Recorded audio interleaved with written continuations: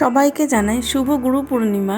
আর গুরু পূর্ণিমা বলতেই তো মনে পড়ে গেল নারায়ণ পুজো, লক্ষ্মী পুজো এবং যে কোনো পুজোই হোক না কেন আমাদের পুজো মানে নাড়ু তো একদম মাস্ট। সেটা নারকেল দিয়ে গুড় দিয়ে নাড়ুই হোক বা চিনির নাড়ুই হোক। তো আজকে আমি আপনাদের জন্য নিয়ে চলে এসেছি এরকম পুজো স্পেশাল একটা সুন্দর রেসিপি, যেটা বলতে গেলে এখন একদম বিলুপ্তই হয়ে যাচ্ছে।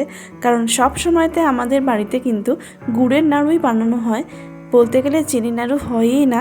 তাই আজকে আপনাদের জন্য এই সাবেকি স্টাইলের চিনি দিয়ে নারকেলের নাড়ু। আর এই ওপর থেকে এটা কি বলুন তো, যেটা দিয়ে আমি গার্নিশ করেছি, এটা হচ্ছে আমাদের সবার পরিচিত মঠ, চিনির মঠ। চলুন তাহলে শুরু করা যাক। আর চিনির নাড়ু বানানোর জন্য প্রথমেই একটা নারকেল ছুলে নেওয়া হয়েছে।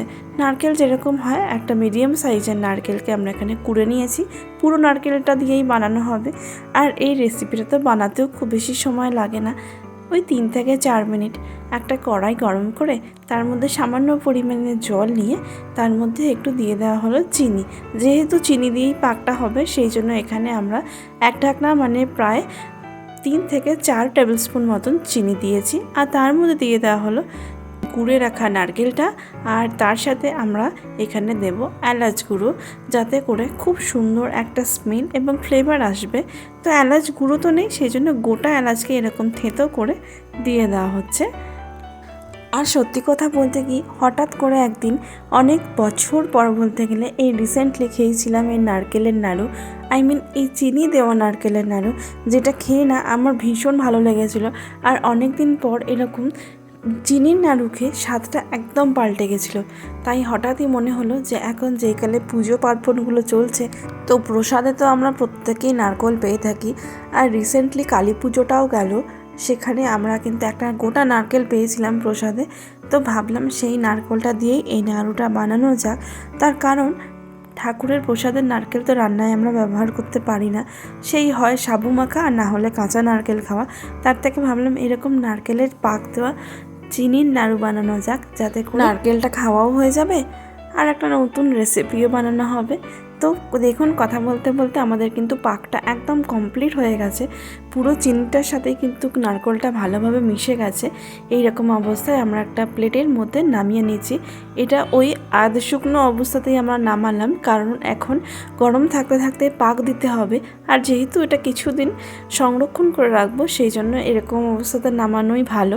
কারণ বেশি শুকিয়ে গেলে তখন কিন্তু টাইট হয়ে যায়, আর একবার টাইট হয়ে গেলে তখন কিন্তু সেটার আর স্বাদ পাওয়া যায় না, বেশি দিন রেখে খাওয়াও যায় না। তাই আপনারা এর থেকে লুজ অবস্থাটাতেও কিন্তু নামিয়ে নিতে পারে, সেক্ষেত্রেও কিন্তু খুব সুন্দর হবে নাড়ুটা।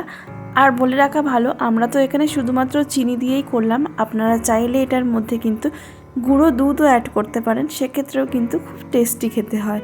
যাই হোক, এরপর সব থেকে কঠিন কাজটা আর সব থেকে মজার কাজও বটে, কারণ এটা করতে দেখবেন খুব ইন্টারেস্ট লাগে, বাট একটু গরম গরমের মধ্যেই কিন্তু এটা সঙ্গে সঙ্গে বানিয়ে নিতে হয়। নাড়ুর শেপটা দিয়ে দিতে হয়, কারণ একবার যদি ঠান্ডা হয়ে যায় তাহলে তো আর কিছুতেই এটা নাড়ুর শেপ নিতে পারবে না। তাই জন্য গরম থাকা অবস্থাতেই গরমের হাত থেকে বাঁচতে আমরা এখানে ব্যবহার করছি ওই প্লাস্টিকের গ্লাভসগুলো, যে হাতটা কিছুটা হলেও একটু গরম থেকে রেহাই পাবে। তবে হ্যাঁ, গরম কিন্তু লাগবেই, তাই খুব সাবধানে এবং সতর্কভাবে নাড়ুগুলো বানিয়ে নিতে হবে। কথা বলতে বলতে আমাদের নাড়ু বানানো কিন্তু একদম কমপ্লিট। আর উপর থেকে একটা এলাচ দানা আর এরকম সুন্দর মঠ দিয়ে সাজিয়ে পরিবেশন করলাম আমাদের এই হারিয়ে যাওয়া রেসিপি চিনি দেওয়া নারকেলের নাড়ু।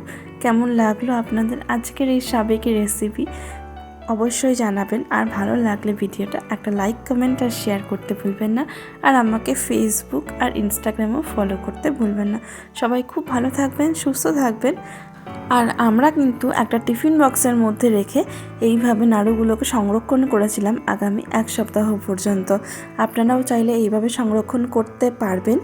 আর আমার ইউটিউব চ্যানেলটা কিন্তু সাবস্ক্রাইব করতে ভুলবেন না যদি আপনি আমার চ্যানেলে নতুন হন। আর পাশে থাকা বেল আইকনটাও প্রেস করে রাখবেন ফর নোটিফিকেশন। দেখা হবে খুব শিগগিরই। ততক্ষণ টাটা, বাই বাই।